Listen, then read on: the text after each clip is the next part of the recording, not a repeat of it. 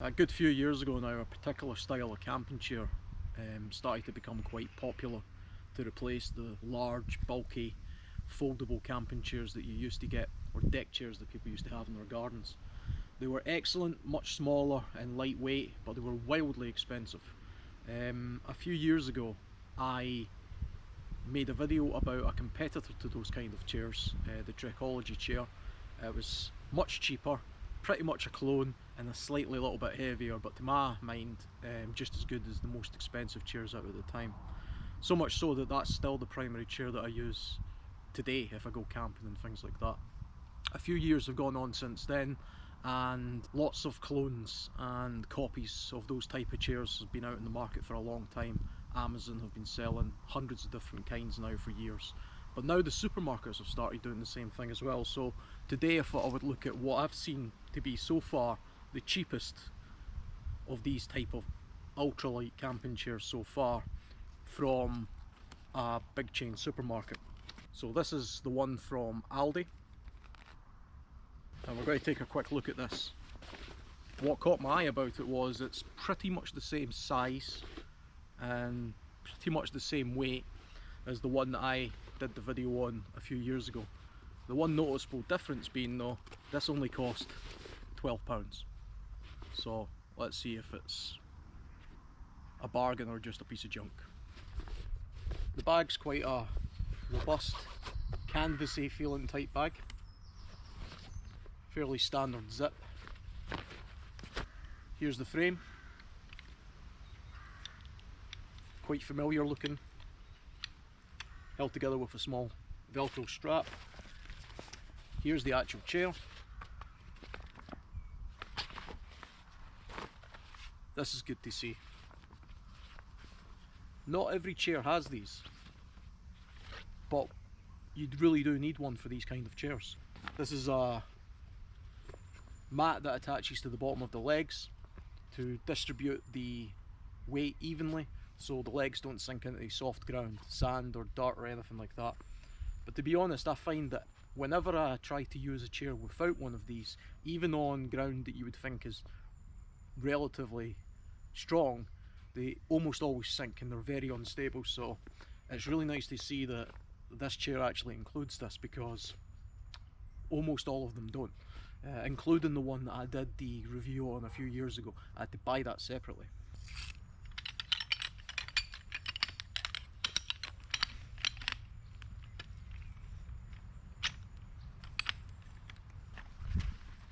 The best way to set these up is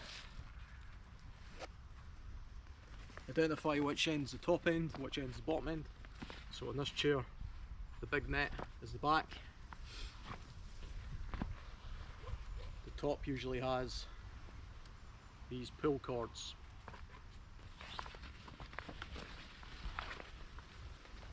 Bottom one has these slots, the poles to go in, but no pull cord. Best to start at the bottom.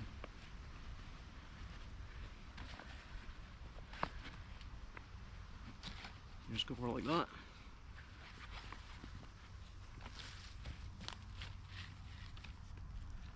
Then at the back, using the pull cords,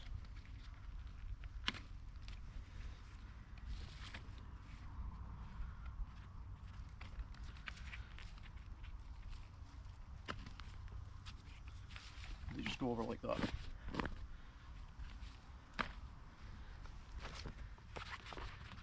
Then add this.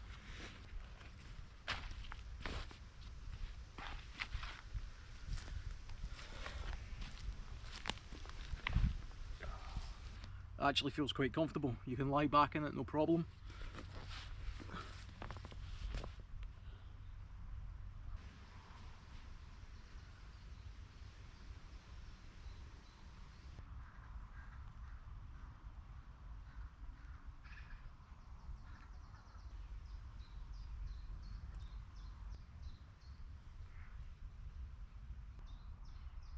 Here's how it describes itself. The frame is steel, seat is 100% polyester, included floor stability mat, includes a carry bag, also 100% polyester. The open dimensions are approximately 55 by 53 by 70 centimeters, and the closed dimensions are 37 by 12 by 11 centimeters. Has a max user weight of 110 kilograms. It was produced in China for the Aldi supermarket chain. So time will tell just how durable the chair is over time. I haven't really had the chance to use it yet, other than a quick look in the garden and setting it up right here just now is all I've really done. I would say though, it feels robust enough, it's light enough, and it's definitely cheap enough to warrant replacing any of those big foldable camping chairs that you might have. If what you're looking to do is just replace your chairs to make it a little bit easier to transport on family camping trips and whatever. That's what I've did. I actually purchased two of these at the same time when I seen them. Aldi and the other store, Lidl, which is very similar, tend to release these kind of products seasonally. Sometimes they make little incremental improvements on them, so you can pretty much be assured that even when they stop selling these, they'll come back around again in the cycle.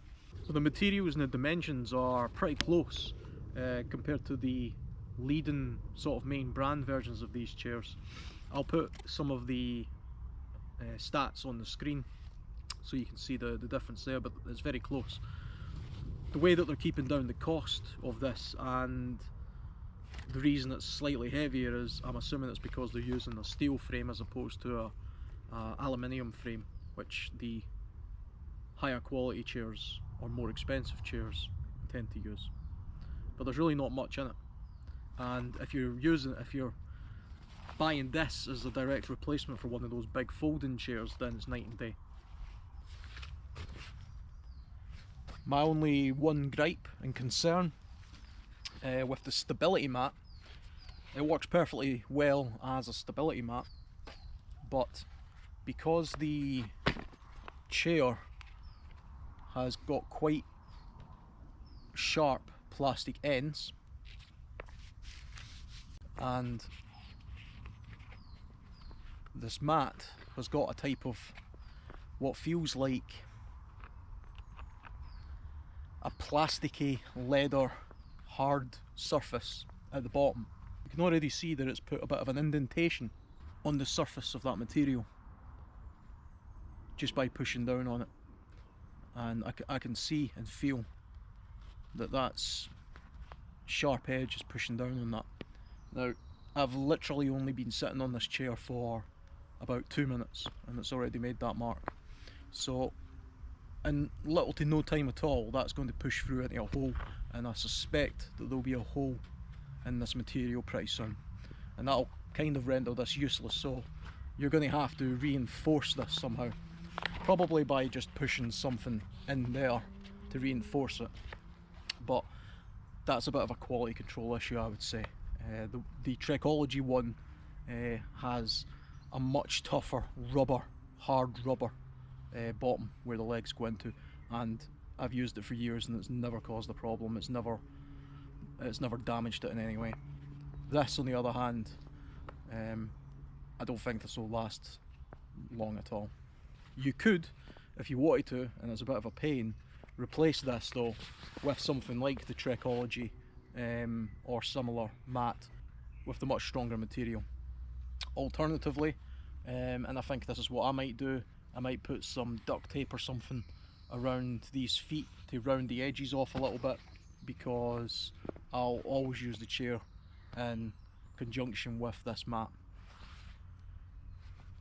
But considering I'm pretty sure I paid about £11 for the Trekology mat separately, which is the entire price of this whole chair, I suppose it's really just a bit of an extra thing to have.